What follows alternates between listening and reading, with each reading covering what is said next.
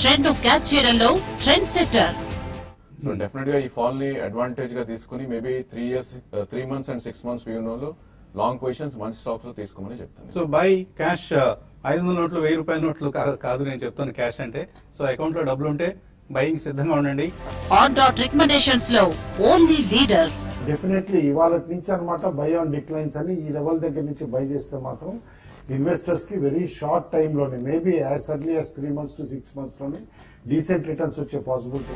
TV5 follow the leader.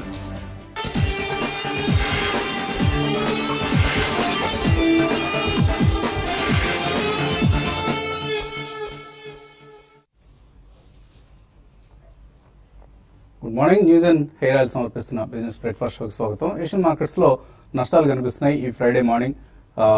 Weekend factor is one thing. అలాగే Donald Trump rally ఏదైతే నేను మనం చూసాం అది కొద్దిగా ఫిజిల్ అవుట్ అవుతుంది.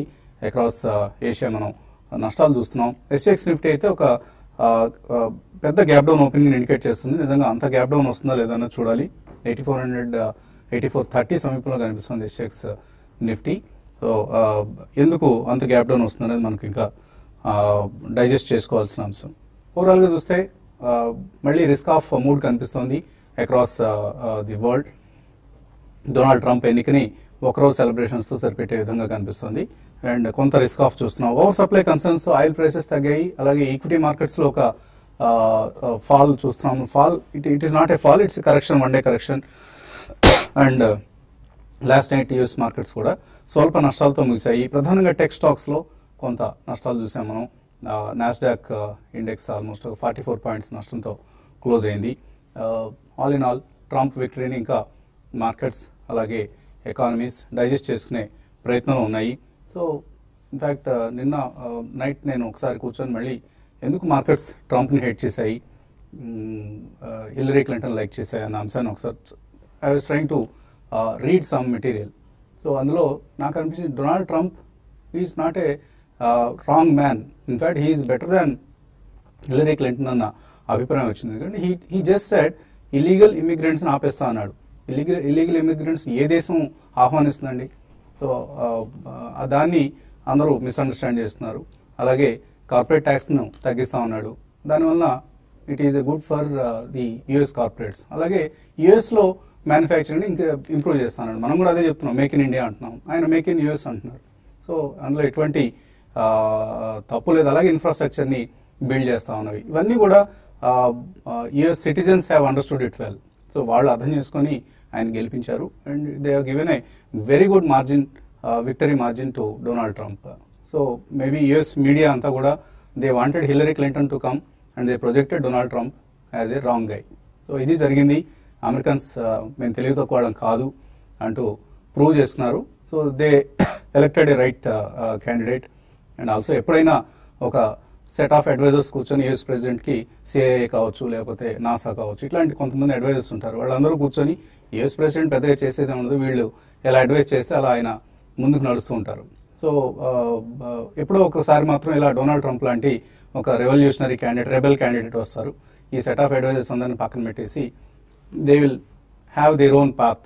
సో అటువంటి ఒక లీడర్ ఇప్పుడు యుఎస్కి డొనాల్డ్ ట్రంప్ రూపంలో దొరికాడు. అండ్ మన దగ్గర కూడా మనం నరేంద్ర మోదీ గారిని చూస్తున్నాం. ఇంతకుముందు మనం మేబీ 1 or 2 persons చూసాం అలాగా. Maybe to some extent Atal Bihari Vajpayee or PV Narasimha Rao. Now of course Narendra Modi. నిన్నటి ఒక స్ట్రోక్ చాలు ఎటువంటి డెసిషన్స్ అతను తీసుకోగలరో మనకు అర్థమైంది. సో ఇవన్నీ కూడా వరల్డ్ ఎకానమీస్ని, ఇండియన్ ఎకానమీని అలాగే ఈక్విటీ మార్కెట్స్ని ప్రభావం చేసే అంశాలు. సో మేబీ రాబోయే రోజుల్లో we're going to see exciting times ahead. So ఆయన డొనాల్డ్ ట్రంప్ ఇంకో విషయం కూడా చెప్పారు, ప్రతి దేశం వ్యవహారాల్లోకి వెళ్ళి మనం ఎందుకు తలదూరుస్తున్నాం, let us concentrate on the USA and its economy అంటూ ఆయన చెప్పడం జరిగింది. ఇవన్నీ కూడా భవిష్యత్తులో యుఎస్కి సంబంధించి వరల్డ్ ఎకానమీకి సంబంధించి ఒక అనుకూలమైన అంశాలు. అండ్ మన మార్కెట్స్ విషయానికి వస్తే నిన్న సెలబ్రేట్ చేస్తున్నాం మనం కూడా. ఇన్ఫ్యాక్ట్ 2 అంశాలని సెలబ్రేట్ చేస్తున్నాం. ఒకటి డొనాల్డ్ ట్రంప్ విక్టరీని, రెండోది ఈ డిమానిటైజేషన్ 500 రూపాయలు 1000 రూపాయల రద్దు అంశాన్ని. సో బ్యాంకింగ్ స్టాక్స్ లో మనం చూసిన ఒక స్ట్రాంగ్ ర్యాలీకి ఈ డిమానిటైజేషన్ కారణమైతే, ఫార్మా స్టాక్స్ లో ర్యాలీకి యుఎస్ లో డొనాల్డ్ ట్రంప్ రావడం అనేది మనం కారణంగా చెప్పుకోవచ్చు. ఈ 2 సెక్టర్స్ ఇన్ఫాక్ట్ నిన్న లీడర్స్ బాగా ర్యాలీని కూడా లీడ్ చేసిన sectors. So bank stocks in fact I'm a strong preacher, ఎప్పుడు చెప్తుంటాను PSU బ్యాంక్ స్టాక్స్ కొనుక్కోండి అండ్ ప్రైవేట్ బ్యాంక్స్ కంటే కూడా give preference to PSU bank stocks అని. అంటే అదేదో PSU బ్యాంకులు చాలా గొప్ప బ్యాంకులు, they are not the worst అని కాదు. సో ఇన్ఫాక్ట్ NPL పరిస్థితి ఇవన్నీ గమనిస్తే, వాళ్ళ మేనేజ్మెంట్ తీరు గమనిస్తే దే ఆర్ అండర్ పెర్ఫార్మర్స్ అంటే అగైనెస్ట్ ది ప్రైవేట్ బ్యాంక్స్, కానీ దే హ్యావ్ ది మొనోపలీ. సే నిన్న డిమానిటైజేషన్ విషయాన్ని తీసుకుంటే ఒక రాజ్యంలోనో లేకపోతే ఎక్కడో కదిరిలోనో లేకపోతే ఇంకొక remote place of Andhra Pradesh or తెలంగాణలో ఉన్న మారుమూల ప్రాంతాల్లో ఎవరైనా వాళ్ళ 500 నోట్నో 1000 రూపాయల నోట్నో వెళ్ళి సరెండర్ చేయాలని అనుకుంటే ఎక్కడికి వెళ్తారండి? విమానం వేసుకొని హైదరాబాద్ వచ్చి కోటక్ బ్యాంక్లోనో ఎస్ బ్యాంక్లోనో ICICI బ్యాంక్లోనో పెట్టరు కదా. వాళ్ళకి నియరెస్ట్గా ఉన్న బ్యాంక్ అది ఆంధ్ర బ్యాంకో లేకపోతే SBI SBHO ఇలాంటి బ్యాంక్సే ఉంటాయి వాళ్ళ ఇంటి దగ్గర, వాళ్ళ ఊరికి దగ్గరగా. సో అది ఆ బ్యాంక్స్కి ఉన్న strength. Network, so they have a very strong widely distributed network. Rural హింటర్లాండ్స్లో చొచ్చుకుపోయిన నెట్వర్క్ PSU బ్యాంక్స్ ఉంది. అండ్ మెజారిటీ స్టేక్ ఎవరికి ఉంది? Government of India. 80% of the stake government of India దగ్గర, మరొక 10-15% LIC దగ్గర, GIC దగ్గర, ఇంకొక ఇన్సూరెన్స్ కంపెనీ దగ్గర ఉంది. సో మొత్తం మీద స్టాక్ లేదు మార్కెట్లో. సో ఎవరైనా వెళ్ళి ఒక ఇన్స్టిట్యూషనల్ ఇన్వెస్టర్ లేదా ఒక బడా ఇన్వెస్టర్ వెళ్ళి ఒక 10 లక్షల షేర్లు కొనాలి సిండికేట్ బ్యాంక్ షేర్లు అంటే ఎవరి దగ్గర ఉన్నాయి? అవి గవర్నమెంట్ ఆఫ్ ఇండియా దగ్గర ఉన్నాయి. గవర్నమెంట్ ఆఫ్ ఇండియా ఏ రోజుకి ఆ రోజు మార్కెట్లో ట్రేడింగ్ చేసే ఇన్వెస్టర్ కాదు, ఆ ట్రేడర్ కాదు. కాబట్టి very low floating stock and చాలా తక్కువ షేర్ మార్కెట్లో ఉన్న స్టాక్ చోక్, సప్లై చోక్ అంటాం మనం. సో అటువంటి సప్లై చోక్ ఉన్న స్టాక్స్లో PSU బ్యాంక్స్ కూడా ఒకటి. సో అందుకనే buy PSU bank stocks and don't get worried about బ్రెగ్జిట్లు లేకపోతే డిమానిటైజేషన్లు, ట్రంప్ విక్టరీలు, ఇవన్నీ కన్ఫ్యూజ్ చేస్తుంటాయి మనం. ఎప్పటికప్పుడు మార్కెట్ 200-300 పాయింట్లు పడినప్పుడల్లా కన్ఫ్యూజ్ అయిపోతాం మనం. సో అందుకనే ఎప్పుడు ఒక బుక్ తీసుకొని మనం చెప్పే విషయాలన్నీ కూడా నోట్ చేసుకుంటూ ఉండండి. ఎప్పుడైనా మీరు కంగారు పడుతున్నప్పుడు ఈ విషయాలు ఒకసారి చూసి తీసుకుంటే పర్లేదు, ఏం కాదు మార్కెట్స్ కన్నా ఒక భరోసా, ధీమా వస్తుంది. మేబీ ఇవాళ కూడా మార్కెట్స్ వీక్గా ఓపెన్ అయ్యే అవకాశాలు కనిపిస్తున్నాయి. But nothing to worry, buy good stocks, buy quality stocks. This is the time to build your portfolios and quality స్టాక్స్ని యాడ్ చేసుకోండి.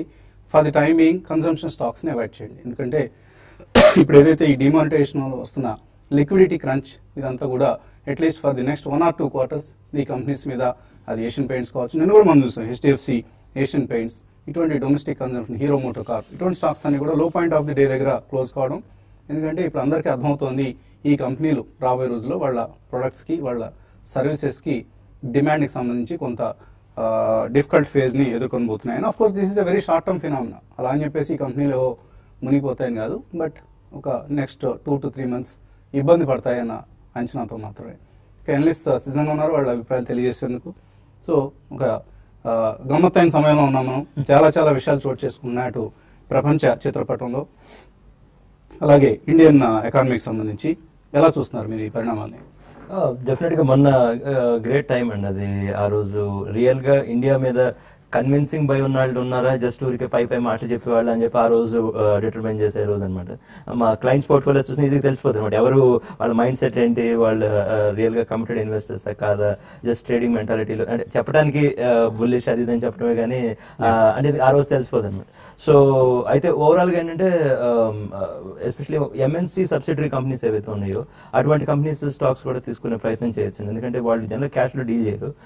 అంటే వాళ్ళు అసలు ఎక్కువ అంత ఆన్లైన్ ట్రాన్సాక్షన్ లేదంటే కార్డ్ ట్రాన్సాక్షన్స్ ఉంటాయి కాబట్టి అటువంటి స్టాక్స్ లేదంటే ఇప్పుడు 500 రూపీస్ 1000 రూపీస్ వల్ల ఏదైనా కొన్ని ఇండియన్ కంపెనీస్ నెక్స్ట్ 2-3 months ఇబ్బంది పడే కంపెనీస్ కూడా అక్కడ ఇబ్బంది రాకపోవచ్చు అండి. ఫర్ ఎగ్జాంపుల్ SKF ఇండియా అని, అది స్విట్జర్లాండ్ కంపెనీ, కన్సైన్ ఎరోలాక్ అని, వీళ్ళు ఏంటంటే మొత్తం ఎంటైర్లీ చెక్ బేస్డ్ ట్రాన్సాక్షన్స్ ఉంటాయి కాబట్టి క్యాష్ లో అసలు డీల్ చేయరు కాబట్టి అటువంటి కంపెనీస్ లో ఏంటంటే ఇప్పుడు ఈ నెక్స్ట్ 2-3 months లో వచ్చే చిన్న ఇబ్బంది ఏదైతే ఉంది ఇండియన్ కంపెనీస్ కి, ఆ ఇబ్బంది కూడా రాకపోవచ్చు అండి. సో మీ పోర్ట్ఫోలియోలో MNC సబ్సిడరీస్ ఉంటే ఇంకా యాడ్ చేసుకునే ప్రయత్నం చేయండి.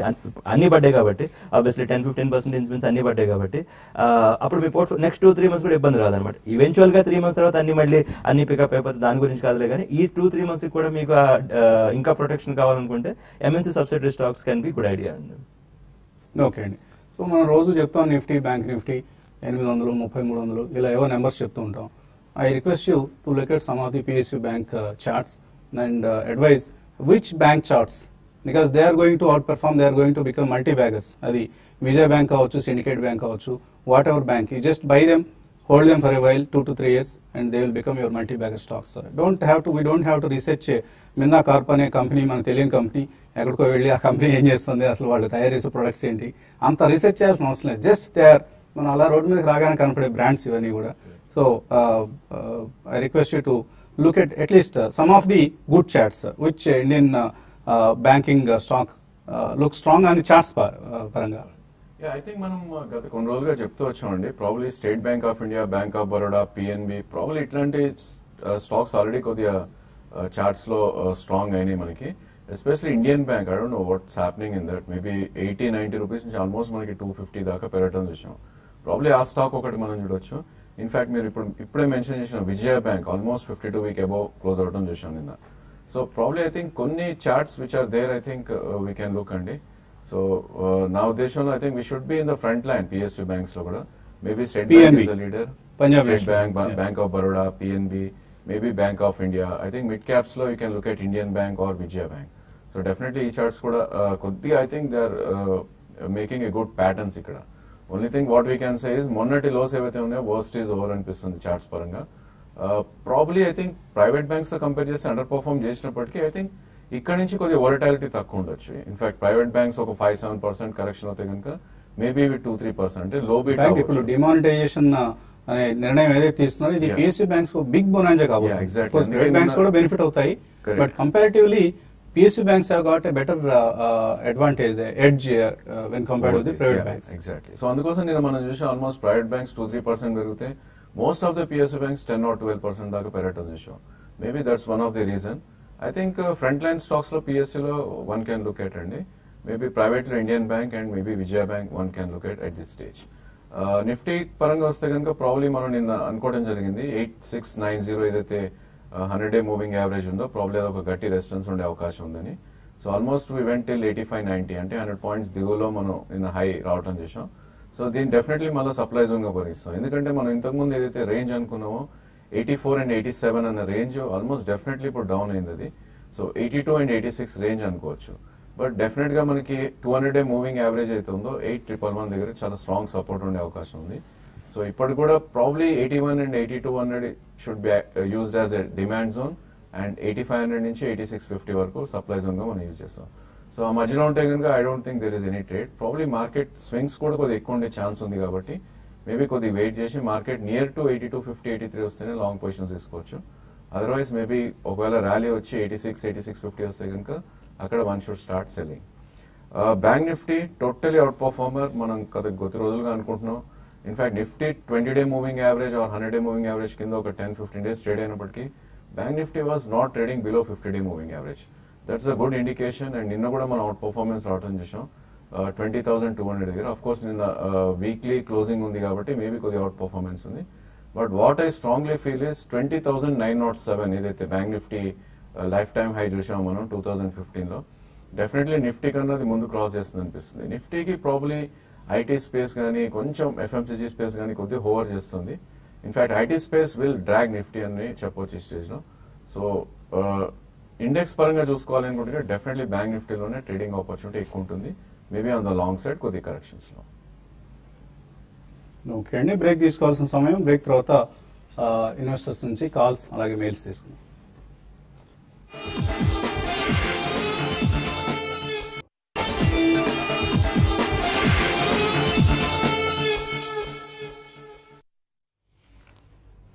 న్యూస్ అండ్ హెయిర్ ఆయిల్ సమర్పిస్తున్న బిజినెస్ బ్రేక్ఫాస్ట్ షోకి స్వాగతం. సో మార్కెట్స్లో మనం ఒక గ్యాప్ డౌన్ ఓపెనింగ్ కోసం సిద్ధమవుతున్నాయని ఎస్ఎక్స్ నిఫ్టీ ఇండికేట్ చేస్తుంది. ఆల్మోస్ట్ 8420 సమీపంలో ట్రేడ్ అవుతుంది ఎస్ఎక్స్ నిఫ్టీ. అంత గ్యాప్ డౌన్ ఓపెనింగ్ ఉంటుందా లేదా అనేది మరి కొద్దిసేపట్లో మనకు స్పష్టం కానుంది. అలాగే ఇవాళ stocks to watch, interesting stocks to watch ఏంటంటే బ్యాంకింగ్ స్టాక్స్. బికాస్ నిన్నటి ర్యాలీ ఇవాళ కూడా ఫాలో ఆన్ ర్యాలీ ఉంటుందా లేదా అనేది ఒక ఇంట్రెస్టింగ్ ఫ్యాక్టర్ అయితే కన్సంప్షన్ స్టాక్స్ ఇవాళ ఎలా బిహేవ్ చేస్తాయి, కొంత ఏదైనా స్థిరత్వం వస్తుందా లేదా వీక్గానే ట్రేడ్ అవుతాయి అనేది కూడా వెయిట్ చూడాలి. మనకు కాలర్స్ లైన్లో ఉన్నారు. మొదటి కాలర్ సత్య హైదరాబాద్ నుంచి.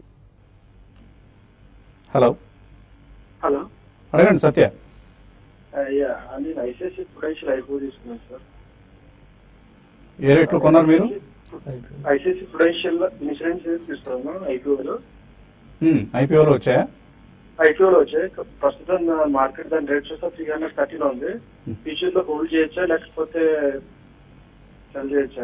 ఐసిఐసిఐ ప్రుడెన్షియల్ హోల్డ్ చేయమంటారా, సెల్ చేసేయమంటారా? డెఫినెట్ గా హోల్డ్ చేయండి. అంటే కిందకి కొంచెం ప్రైస్ కిందకి వెళ్ళినంత మాత్రం చెడ్డ కంపెనీ అని కాదండి, అది ఒకసారి మార్కెట్ డైనమిక్స్ అంతే. హోల్డ్ చేసి పెట్టండి డెఫినెట్ గా 6 months 1 year లో, ఎందుకంటే చాలా హై లెవెల్ అని ఉండే ఛాన్స్ ఉంది. తర్వాత కాలర్ ఘంటసాల నుంచి రంగారావు. హలో హలో హలో నమస్కారం. నమస్తే అండి, అడగండి రంగారావు. ఓంకార్ కెమికల్స్ 2 ఉన్నాయండి. ఇది పడిపోయిందిగా, మరి యావరేజ్ అయితే కన్వెన్స్ ఎట్లా ఉన్నాయి? ఏ కెమికల్స్ అండి? ఓంకార్ కెమికల్స్ 2 ఉన్నాయండి. ఓకే అండి, ఓకే అండి. Omkar speciality chemicals. I think కొద్దిగా అండర్ పర్ఫార్మ్ చేస్తున్న స్టాక్ అండి ఇది. లాస్ట్ 8 months 9 months గా చూస్తే కనుక 250 నుంచి ఆల్మోస్ట్ మొన్నట్లో పక్కన పెడితే కనుక 140 మధ్యలో ట్రేడ్ అవుతుంది. సో ప్రాబ్లీ 140 and 250 రేంజ్ లో ఉంది కాబట్టి ఐ థింక్ మీరు 205 లో కొన్నారు. ప్రాబ్లీ మీకు అట్లీస్ట్ 1 or 2 years వ్యూ ఉంటే కనుక ప్రాబ్లీ ఇది మళ్ళీ మొన్నట్లో వస్తే కనుక 125 130 అక్కడ మీరు యావరేజ్ చేయొచ్చు. బట్ డెఫినెట్లీ మీకు 2 years వ్యూ ఉంటేనే చేయండి ఇది, otherwise I think you should avoid. తర్వాత కాలర్ లైన్ లో ఉన్నారు, విజయవాడ నుంచి గుప్తా. హలో హలో అడగండి గుప్తా. నమస్తే సార్. నమస్తే అండి, అడగండి.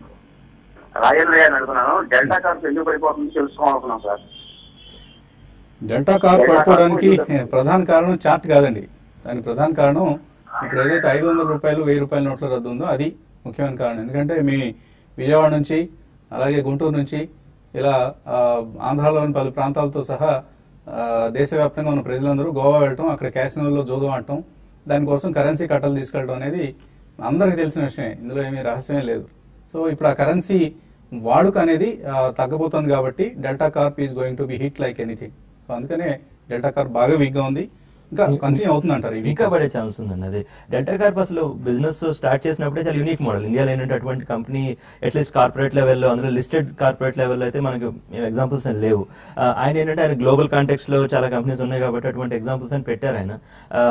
అంటే ఆయన హై ప్రొఫైల్ పర్సనలీ. బట్ ఇండియాలో అంటే ఇంకా అంత కాన్సెప్ట్ ఇంకా పికప్ అవ్వలేదు. అందులో ఈ న్యూస్ వచ్చినప్పటికీ ఏంటంటే డెఫినెట్ గా ఇంకా అందులో స్టాక్ కూడా చాలా పెరుగుందండి. ఆల్మోస్ట్ 80 రూపీస్ నుంచి 180 అట్లా అయింది లాస్ట్ 6 months లోనే. ఇప్పుడు ఆల్రెడీ ఆ ప్రాఫిట్ బుకింగ్ అంతా ఉంది. అంటే లోవర్ లెవెల్స్ లో కొన్న ఎటు ప్రాఫిట్ బుక్ చేసే ప్రయత్నం చేస్తారు, ఇంకా కిందకు వచ్చే ఛాన్స్ ఉందండి. ఒకవేళ కొందాం అనుకునేవారు ఇప్పుడు అవాయిడ్ చేయమని చెప్తాం. ఒకవేళ కొనాల్సిందే అనుకున్నా కూడా ఇంకా లోవర్ లెవెల్స్ వచ్చే ఛాన్స్ ఉంది. లోవర్ లెవెల్స్ వచ్చాక చూసుకోవచ్చు. ఇంకా ఎంత వీక్నెస్ కనిపిస్తుంది డెల్టా కార్? ఐ థింక్ ఇది మార్చ్ లో లో చూస్తే 49 రూపీస్ ఉన్న స్టాక్ అండి. 49 నుంచి ఆల్మోస్ట్ 195 దాకా పెరిగింది, అంటే 5 times పెరిగిన స్టాక్ ఇది. సో మొన్నటి గ్యాప్ డౌన్ తర్వాత ప్రాబ్లీ 200-day మూవింగ్ యావరేజ్ అయితే ఉందో అక్కడ ఒక స్టెబిలిటీ వచ్చే ఛాన్స్ ఉంది. సో కరెంట్లీ 121 రూపీస్ ఉంది, మేబీ 104 200-day మూవింగ్ యావరేజ్ ఇది. సో ఇన్ కేస్ ఎవరైనా కొన్నారు అనుకుంటే కనుక ప్రాబ్లీ ఒక 1 year 1.5 year వ్యూ ఉంటేనే ఆ రేట్లో అటెంప్ట్ చేయాలి. It's like a real estate stock అండి ఇది కూడా. ఆల్మోస్ట్ క్యాష్ ఇన్వాల్వ్మెంట్ ఎట్లా ఉంటుందో. So 104 I think one can buy అండి, probably with a stop loss below 92. So ఇక్కడ నుంచి రిస్క్ రివార్డ్ ఫేవరబుల్ గా ఉంటుంది. అండ్ 5 times లాస్ట్ 7 months లో పెరిగిన స్టాక్ ఇంత కరెక్ట్ అవటం I think it's not a bad thing actually. తర్వాత మెయిల్స్ కొన్ని చూద్దాం మనం. మెయిల్స్ లో రాము హిందూపూర్ నుంచి అడుగుతున్నారు, ఒక mid cap PSU bank stock ని, ఒక small cap PSU bank stock ని, సో మన ఉదయం స్పీచ్ తో ఇన్స్పైర్ అయినట్లున్నారు, లాంగ్ టర్మ్ కోసం రికమెండ్ చేయమంటున్నారు. మీరు ఎటువంటి స్టాక్ ని రికమెండ్ చేస్తారు? మిడ్ క్యాప్ పిఎస్యు బ్యాంక్ వచ్చేటప్పటికి ఉన్న వాటిలో ఇండియన్ బ్యాంక్ ఒకటి చూడొచ్చండి, డీసెంట్ బెట్ అది. తర్వాత ఆంధ్ర బ్యాంక్ కూడా చూడొచ్చు, అది కూడా లోవర్ లెవెల్స్ లో ఉన్నట్టుంది.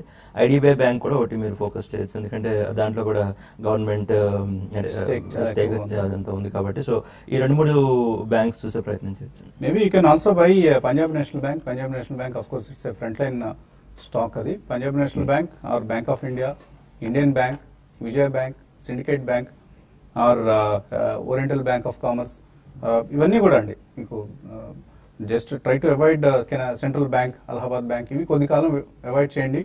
Otherwise you can buy any bank in fact. తర్వాత మెయిల్ శ్రీనివాస్ అడుగుతున్నారు, దేవాన్ హౌసింగ్ బర్జర్ పెయిడ్స్ ఈ రేట్లో తీసుకోవచ్చా? తీసుకోవచ్చండి, అంటే ప్రాబ్లం లేదండి. అఫ్ కోర్స్ ఎంత అనుకున్నట్టు కొద్దిగా అంటే ఒక 1-2 months అయినట్టు న్యూస్ లో కొంచెం ఎక్కువ ఉంది కాబట్టి కూడా బేసికలీ కన్సంప్షన్ డ్రివెన్ కాబట్టి కొద్దిగా మరి ఏమన్నా అంటే రూపీస్ కన్వర్షన్, నోట్ కన్వర్షన్ దాంట్లో ఏదన్నా మరి ఒక 1-2 months లో సేల్స్ లో ఇంపాక్ట్ ఉంటదేమో, అది కూడా డౌటే, ఉంటదని గ్యారంటీ ఏం లేదు. Already some drop in the retail sales. Yeah కానీ ఓకేనండి, అంటే రెండు great brands, managements decent managements కాబట్టి ప్రాబ్లం లేదు. మీరు ఒక 6 to 1 year చూస్తే పక్షంలో అయితే డెఫినెట్ గా డిప్స్ వచ్చినప్పుడు కొనుక్కోండి. లేదు 1-2 months కి ట్రేడింగ్ అంటారా, అది కొద్దిగా అవాయిడ్ చేయడం బెటర్. అంటే 1-2 months షార్ట్ టర్మ్ కోసం అయితే అవాయిడ్ చేయండి. అంటే ఎందుకంటే ఎలా డెవలప్మెంట్స్ ఎలా వస్తాయని కొద్దిగా మనకు తెలియదు కాబట్టి ఎగ్జాక్ట్ సేల్స్ ఇంపాక్ట్ ఏంటనేది అట్లీస్ట్ ఒక 1 month అయితే కానీ మనకి కొద్దిగా ట్రెండ్ అర్థం అవుతుందండి. సో ఎంత ఇంపాక్ట్ ఉంటుంది అసలు ఈ కరెన్సీ ఇంపాక్ట్ అనేది ఇంకెవరు కూడా ఒక లెక్క వేసి నిర్ధారణకు వచ్చే అంశం కాదు. ఎందుకంటే ఇది ఒక పెద్ద బ్రహ్మ పదార్థం. నెంబర్స్ ఇంకా గవర్నమెంట్ దగ్గరే సరిగా లేవు. సో మనలాంటి వాళ్ళకి ఆ నెంబర్స్ రీచ్ కావడానికి ఇంకా సమయం పడుతుంది. కాబట్టి కొద్ది రోజులు వెయిట్ చేయండి, లెట్ థింగ్స్ స్టెబిలైజ్. ఆ తర్వాత మీరు ఇటువంటి కన్సంప్షన్ స్టాక్స్ వైపు మళ్ళీ ఒకసారి దృష్టి సారించవచ్చు. ఐసిఐసిఐ బ్యాంక్ పరిస్థితి ఏంటి? సుబ్బు అడుగుతున్నారు, ఈ టైంలో కొనుక్కోవచ్చా? బహుశా ఇవాళ నిన్నటి రేటు ఉండకపోవచ్చు. ప్రాబ్లీ మేబీ కొద్దిగా డౌన్ లోనే దొరికే ఛాన్స్ ఉందండి. ఎందుకంటే ఐ థింక్ ఇప్పుడు గ్యాప్ డౌన్ సజెస్ట్ చేస్తుంది. నిన్న కూడా ఆల్మోస్ట్ మనకి 298 హై టచ్ అవుట్ అని చూసాం. సో ప్రాబ్లీ ఐ థింక్ ఇది higher tops higher bottoms monthly charts లో కూడా రావడం చూస్తున్నాం. Maybe 20-day moving average would have a good support ఈ స్టేజ్ లో. 275 నుంచి ప్రాబ్లీ 267 మధ్యలో మంచి సపోర్ట్ జోన్ గా పరిగణిస్తాం. ఇన్ కేస్ మార్కెట్ కొద్దిగా డిప్ వస్తే కనుక మీరు ఇక్కడ కొనండి. అండ్ వర్స్ట్ కేస్ లో I think you should try to average at 245 or 250 also. Maybe 1 year view ఉంటేనే మీరు 2 or 3 ప్రైస్ పాయింట్స్ లో అక్యుములేట్ చేసే ప్రయత్నం చేయండి. సో వెనస్డే లోస్ నుంచి మనకు ఆల్మోస్ట్ 20% కంటే ఎక్కువ పెరిగిన బ్యాంక్స్ లో ఐసిఐసిఐ బ్యాంక్ ఒకటి, state bank of India, PNB ఇవన్నీ కూడా 20 to 25% వెనస్డే లోస్ నుంచి పెరిగాయి. సో ఈ అంశాన్ని దృష్టిలో ఉంచుకుంటే కొద్దిగా కూల్ ఆఫ్ అయిన తర్వాత మీరు కొనుక్కునే ప్రయత్నం చేయొచ్చు ఈ స్టాక్స్ ని. ఇంకా చాలా మెయిల్స్ ఉన్నాయి, కాలర్స్ కూడా వెయిట్ చేస్తున్నారు. కానీ ఈ కార్యక్రమాన్ని మనం ఇక్కడతో ముగించి టీవీ5 మనీలో కలుద్దాం just after very short break.